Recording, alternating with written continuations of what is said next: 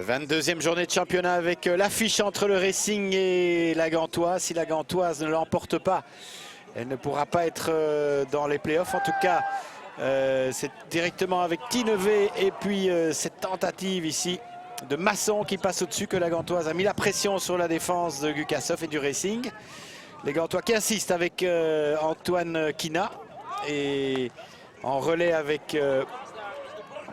Et de Borokens qui parvient à tromper la vigilance de Gukasov de ce tir croisé. On revoit ici avec la complicité de Depeau. On avait oublié de Borokens et après 5 minutes, il ouvre le score. Bien détaché du marquage. Là, vous voyez, il était esselé. Et de ce tir croisé inarrêtable pour Gukasov. Le Racing qui allait continuer à un peu cafouiller. Et puis une nouvelle possibilité ici sur ce service de Hela. Et l'envoi de Tinnevé, bien bloqué par Gukasov et Ouegné. Tous deux très attentifs. Et vous voyez ici la déviation avec Hela qui récupérait encore. Il n'y avait personne tête de cercle sur cet envoi de Maxime de plus. Avec un peu de chance hein, pour Gukasov, le rebond. En fin de premier quart, le Racing allait enfin mettre un peu le nez à la fenêtre avec notamment cet envoi à la retourne. On voit ici hein, avec Charlier et Keifas qui tentait de reprendre ça. C'est sur PC finalement que le Racing allait être le plus dangereux avec notamment cet envoi de Cousins. Bien stoppé par Santiago et sa défense. Juste avant la mi-temps, on voit le double arrêt devant Treuens. Ensuite, encore d'un autre angle, l'envoi de Cousins sur le gardien et puis Treuens qui ne parvenait pas à le surmonter.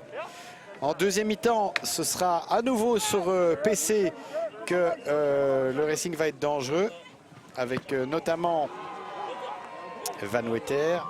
Et ici, cet envoi qui passe à côté, même si ça amène un nouveau PC. Et ouais, que Ouegné envoie ça. Et c'était Cousins qui s'était lancé. On revoit le nouveau PC avec l'envoi de Cousins. Et cette fois-ci, un arrêt magnifique de la part de Santiago qui sort cette balle haute. On revoit encore l'arrêt réflexe de Thomas Santiago.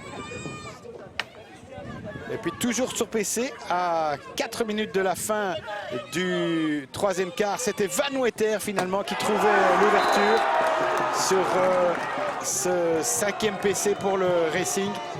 Et on voit ici, bien mis, sec, pleine planche.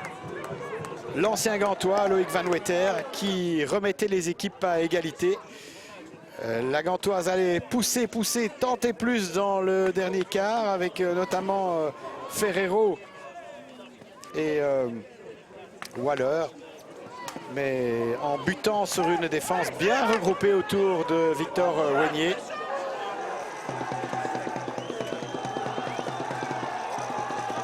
Et on voit ici encore l'envoi de Ferrero et puis Waller.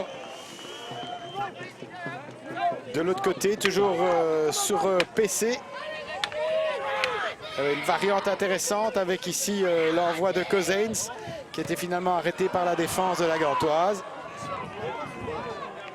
On revoit encore hein, cette possibilité pour les Gantois.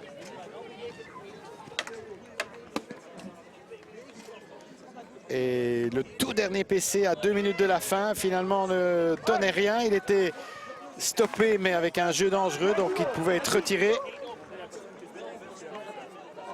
Et on en voit ici hein, la manière dont il a été stoppé. Et finalement, le score n'avait plus bougé. Un partout, score final. Le Racing se qualifie. La Gantoise n'est pas encore certaine. Ça dépendra du Léo. Et Ouegné, homme du match.